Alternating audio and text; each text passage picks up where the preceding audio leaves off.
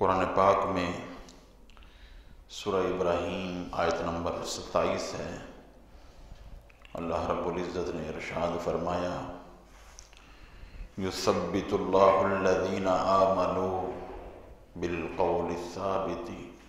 فی الحیاۃ الدنیا وفی الآخرہ ویضل اللہ الظالمین ویفعل اللہ ما یشاء۔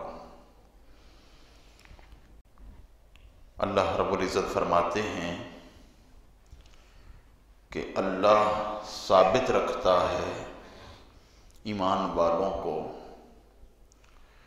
اس قول کے ساتھ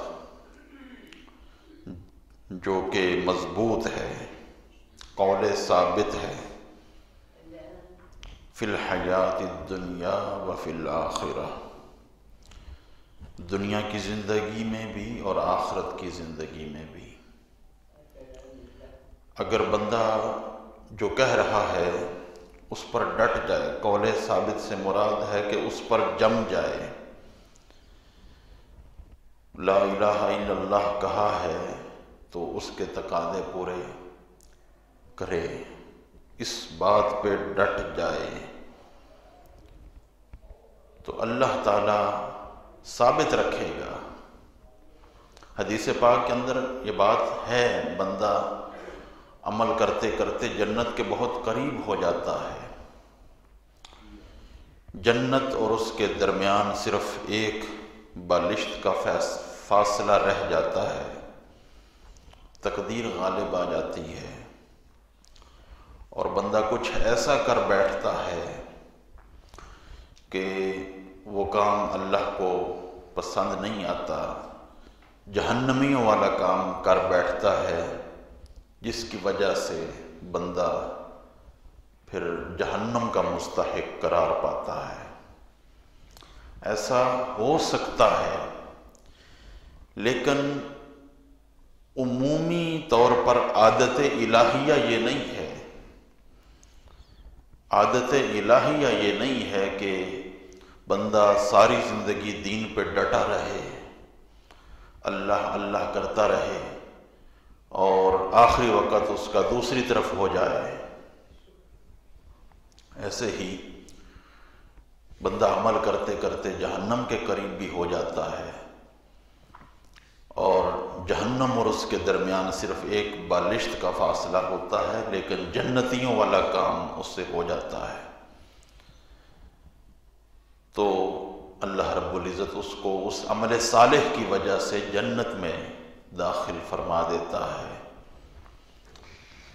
تو ایسا ہوتا ہے اور ہو سکتا ہے، لیکن عمومی طور پر جو عادت الہیہ ہے وہ یہی ہے کہ اگر کوئی اچھا کر رہا ہے، زندگی بھر اچھائی پر ثابت قدم ہے، ڈٹا ہوا ہے، تو اللہ رب العزت اس کو ثابت رکھتا ہے، دنیا میں بھی وہ ثابت رہتا ہے اور آخرت میں بھی ثابت رہتا ہے۔ اور حدیث پاک ہے، رسول اللہ صلی اللہ تعالیٰ علیہ وآلہ وسلم نے ارشاد فرمایا، حضرت جابر رضی اللہ تعالیٰ عنہ راوی حدیث ہیں، وہ کہتے ہیں کہ میں نے اپنے کانوں سے سنا ہے، حضور نے فرمایا، یبعث کل عبد علی ما مات علیہ، کہ ہر بندہ اس حالت پر اٹھایا جاتا ہے جس پر وہ مرا ہے، جس پر وہ دنیا سے گیا ہے، اچھا کر کے گیا ہے، آخری کام اچھا ہوا ہے تو اس پر اٹھایا جائے گا، اور اگر برا ہوا ہے تو اس پر اٹھایا جائے گا۔ لہذا حسن خاتمہ کے لیے جو سب سے اہم اور بنیادی چیز ہے وہ یہ ہے کہ بندہ عمل صالح پر ڈٹ جائے، استقامت اختیار کرے، ہر وقت یہی سمجھے کہ شاید یہی آخری وقت ہو، ہر دن کو آخری وقت سمجھے، ہر نماز کو آخری نماز سمجھ کے پڑھے، تو بالآخر کوئی نماز تو ایسی آئے گی جو اس کی زندگی کی آخری نماز ہوگی، اور اس نماز پہ اگر اس کی موت آ گئی تو اللہ رب العزت اس عمل صالح پر ہی اس کو اٹھائے گا۔ بندہ 24 گھنٹے نماز میں بھی رہ سکتا ہے،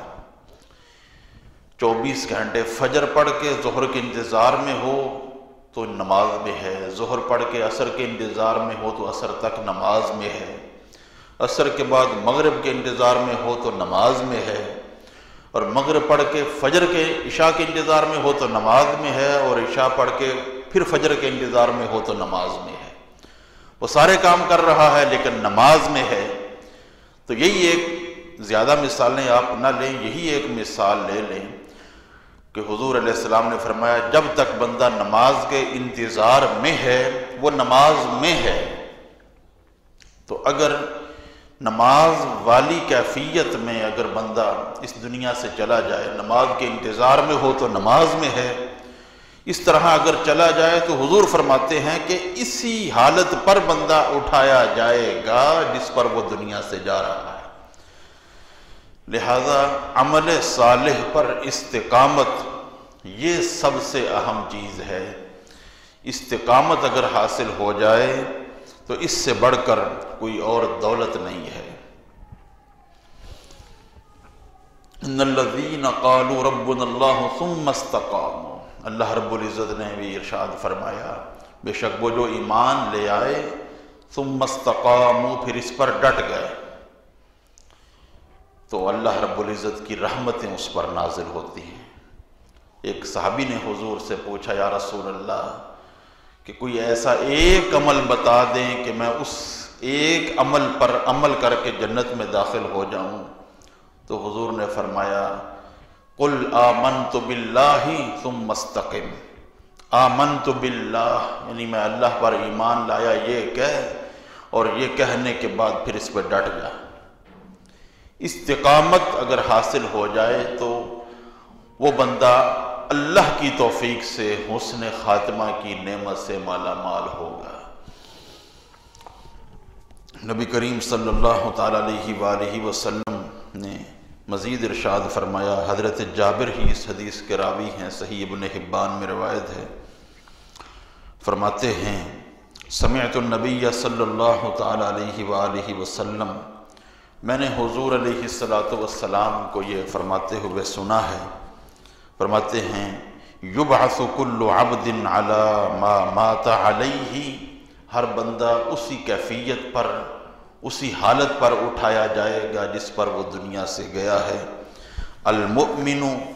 علی ایمانہ والمنافق علی نفاقہ، مومن اپنے ایمان پر اٹھایا جائے گا اور منافق اپنے نفاق پر اٹھایا جائے گا۔ لہذا اچھے عمل کے ساتھ بندے کو زندگی گزارنی چاہیے اور اس پر ڈٹ جانا چاہیے۔ یہ نہ ہو کہ عمل ہم پورے کرتے رہیں اور تمنا محض حسن خاتمہ کی ہو، آرزو حسن خاتمہ کی ہو، مرضی کی زندگی گزاریں، شیطان کو راضی کریں، اور تمنا یہ ہو کہ کعبہ میں موت آ جائے، تمنا یہ ہو کہ حالت نماز میں موت آ جائے، تمنا یہ ہو کہ مسجد نبوی میں موت آ جائے، حالت سجدہ میں موت آ جائے، درود پاک پڑھتے ہوئے موت آ جائے۔ یہ تمنا اللہ تعالیٰ پر تو ہم کوئی حکم نہیں لگا سکتے، اللہ تعالیٰ یہ بھی عطا کر سکتا ہے، گناہ گاروں کو بھی عطا کر سکتا ہے، لیکن قرآن پاک میں جو اللہ رب العزت نے ارشاد فرمایا ہے وہ بھی قابل توجہ ہے۔ اللہ رب العزت نے ارشاد فرمایا ام حسب الذین نجترح السیئات ان نجعلہم کالذین آمنوا وعملوا الصالحات سواء محیاہم ومماتہم ساء ما یحکمون، فرمایا کیا گمان کرتے ہیں وہ لوگ جو کہ اجترح السیئات گناہ کر رہے ہیں، گناہوں میں لپٹے ہوئے ہیں، گناہوں کے ساتھ زندگی گزار رہے ہیں، اور گمان یہ کر رہے ہیں کہ ان نجعلہم کالذین آمنوا، کہ ہم ان کو ویسا کر دیں گے جیسے ایمان والے تھے اور نیک کام کرنے والے تھے۔ یعنی تمنا ان کی یہ ہے کہ ہم ان کے ساتھ معاملہ کریں ایمان والوں جیسا، جیسے مومن زندگی گزار رہے ہیں، عمل صالح کر رہے ہیں، تو جیسے ایمان لانے والے اور عمل صالح کرنے والوں کے ساتھ ہم برتاؤ کریں گے، ان پر اپنی رحمتوں کی جو بارش کریں گے،